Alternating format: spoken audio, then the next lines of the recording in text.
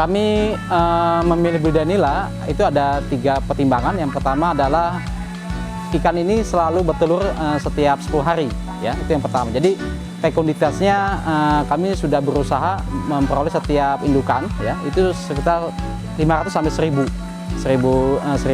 telur, ya. Nah, yang kedua itu adalah konsumsi protein kita ini sangat besar. Apalagi di Jabodetabek ini ikan budidaya ini variasi sangat tinggi. Tetapi kami melihat nila dengan waktu 3 bulan itu memberikan pengaruh kepada masyarakat dan marketnya besar, ya. Yang tiga, masalah market, ya. Jadi market ini kaitannya dengan masalah valuasi harga nih. Jadi rata-rata nila dan ikan yang lainnya, nila lumayan bagus di presisi harganya, ya. Jadi tidak kurang dari 30.000 sampai 35 itu kita bisa menjual lebih kompetitif, ya, lebih kompetitif lah. Di Os Tilapia Farm ini kami menggunakan sistem menggunakan semua engineering, ya. Jadi ada 4 poin. Yang pertama adalah kita menggunakan media air yang diresikulasi. Yang kedua adalah kita menggunakan probiotik, yang probiotiknya sudah dilakukan di dalam pakan, ya. Yang ketiga adalah kita pemilihan benih yang berkualitas. Yang keempat adalah sistem sistem treatment air, ya, agar homogenitas suhu baik malam maupun siang itu terjaga.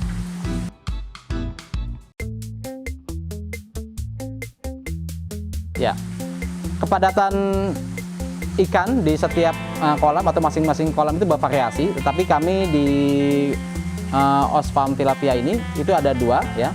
Yang ukuran diameter 6 itu kepadatannya 250 per meter, ya.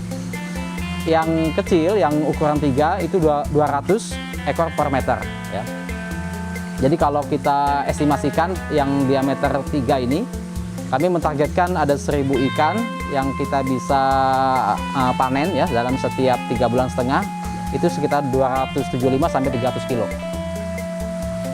Nah, kalau yang untuk 6 itu bisa mencapai 530-an, paling tinggi 500, hampir setengah ton, ya, 530 kiloan, ya.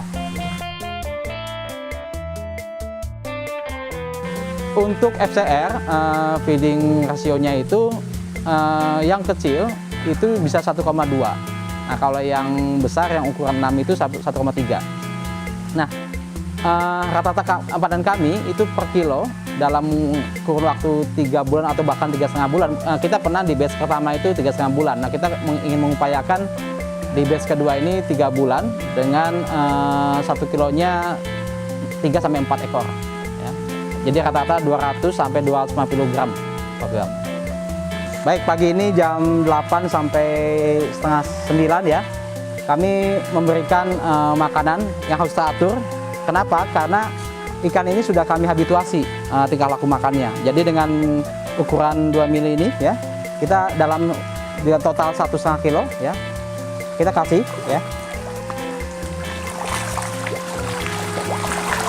Lihat, sahabat Trobos, saya senang kalau pagi-pagi memberikan makan, ya. Dan kita pastikan bahwa ikan yang kami kembangkan itu juga sangat lahap, ya.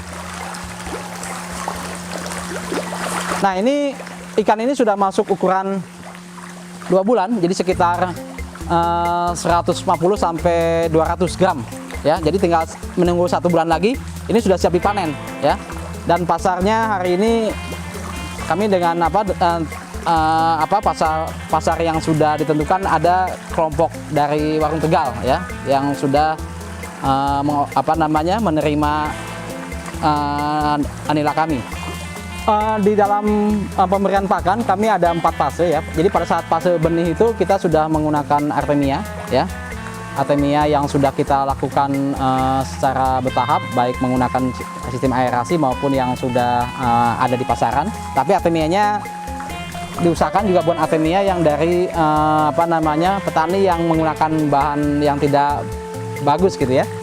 Nah, pada fase pembesaran 7 sampai 10 cm tema pendederan itu kita menggunakan pakan yang 2 mili ya, 2 mili dengan proteinnya 20-20%. Itu bertahan nanti menjelang 1,5 bulan ya. Nah, nanti setelah 2 bulan setelah masuk 1,5 bulan dan nanti masuk umur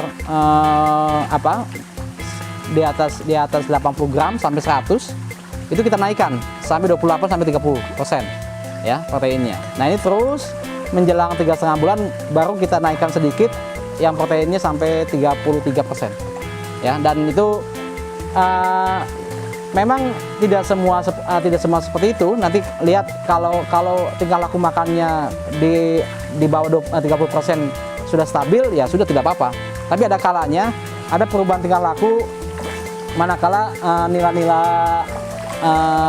nilai di kolam itu juga selalu terkontrol. Nah, ini yang menjadi persoalan.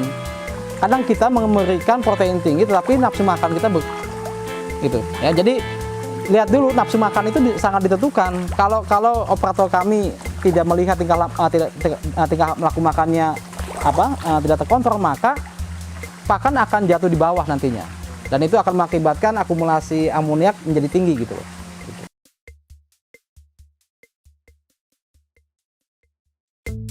Tingkat SR di farm kami itu estimasi dari semua kolam itu 82-83% ya, karena kunci keberhasilannya adalah kita bisa menstabilkan kondisi benih yang kita lakukan sendiri. Jadi benih kami tidak beli dari luar yang berdampak kepada persoalan masalah penyakit, masalah digestin sistem pencernaan yang selalu kami keluhkan setiap kami mendederkan ya. Kenapa? Ketika ada perubahan suhu ya atau perubahan kualitas air budidaya, itu terkadang ikan-ikan yang dari ukuran 7-10 cm itu sudah mengandung jamur, baik ada di mulut maupun di insang. Nah, ini yang menjadi persoalan kami. Akhirnya kami berfokus kepada 3 kegiatan di farm kami ya, dari mulai pembenihan, pendederan, dan pembesaran. Yang targetnya kami berharap bahwa SR-nya bisa dipertahankan sampai 80%.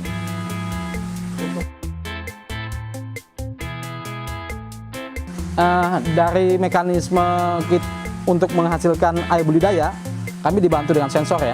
Jadi kami sudah IoT, Internet of Things ya, yang mengharapkan bahwa air budidaya ini sangat penting ketika ada 3 parameter kunci. Yang pertama adalah temperatur, yang kedua DO, yang ketiga nitrat ya. Jadi kalau pengaturan ini bisa kami kendalikan, maka dari masing-masing fase pemenihan, dari proses pendederan ya, pemenihan dan pembesaran itu bisa terkontrol dan baik.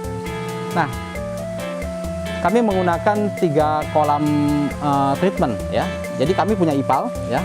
Jadi instalasi pengolahan air limbah air budidaya kami punya, karena air limbah ini yang kaya akan nutrien itu bisa dikembalikan lagi menjadi air budidaya.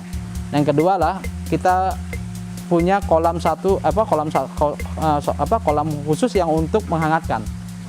Ya, ini yang teknologi kami yang ciptakan ini, kita menggunakan kondensat sistem. Temperatur malam dan siang beda ya. Kalau pagi ini tadi kami kontrol, kalau di pagi ini sekitar 30-31 derajat. Meskipun masih pagi, karena sistem kami sudah ada yang tadi kondensat sistem itu. Nah, yang kedua di siang itu maksimal bisa 35, bahkan bisa 40. Nah, kalau suhu. Nah, kalau malam dan siang kita kendalikan dengan pengaturan sistem quet tadi ya, sistem air keluar. Meskipun ada evaporasi 8-10% ya, karena pada saat menjelang siang itu terik matahari yang tinggi, bahkan pada saat pergantian bulan ya, di menjelang bulan Juli, Agustus, September yang kemarin itu intensitas matahari sangat tinggi, sehingga kita ada sistem namanya ventilator membuang panas yang tinggi untuk menjaga kelembaban di air dan di udara lebih stabil. Penggunaan teknologi atau insersi teknologi menjadi kunci keberhasilan closed system dalam budidaya. Nah, yang ketiga, yang terakhir, kita menggunakan benih sebar ya, yang harus ditentukan dari awal mijah ya. Jadi inkubator yang kami lakukan itu kita tidak menggunakan pakan alami. Jadi rata-rata ya mungkin di masyarakat menggunakan kotoran ayam ya, tapi kami tidak. Ya, jadi kami kendalikan karena ada kecenderungan dan ada potensi penyakit yang akan menjadi media ikan itu tumbuh. Nah, kalau ini menjadi media, maka untuk memperoleh ikan pada tahap akhir, inilah yang menjadi permasalahan di kemudian hari.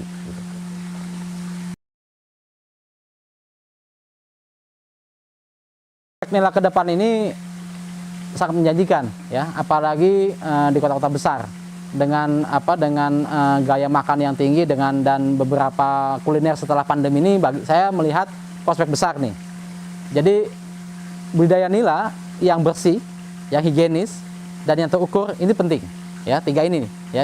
Kami punya tagline ini, bersih, higienis, dan terukur, sehingga konsumen itu akan memandang bahwa saya bisa memakan ikan nila ini dengan ada jaminan gitu, ya, ada jaminan, dan kualitas dagingnya 250 sampai 300 gram itu manis, tidak mengandung tanah, ya. Jadi ikan nila yang dagingnya tidak mengandung tanah ini menjadi tolok ukur konsumen menikmati makanan yang ramah buat lingkungan.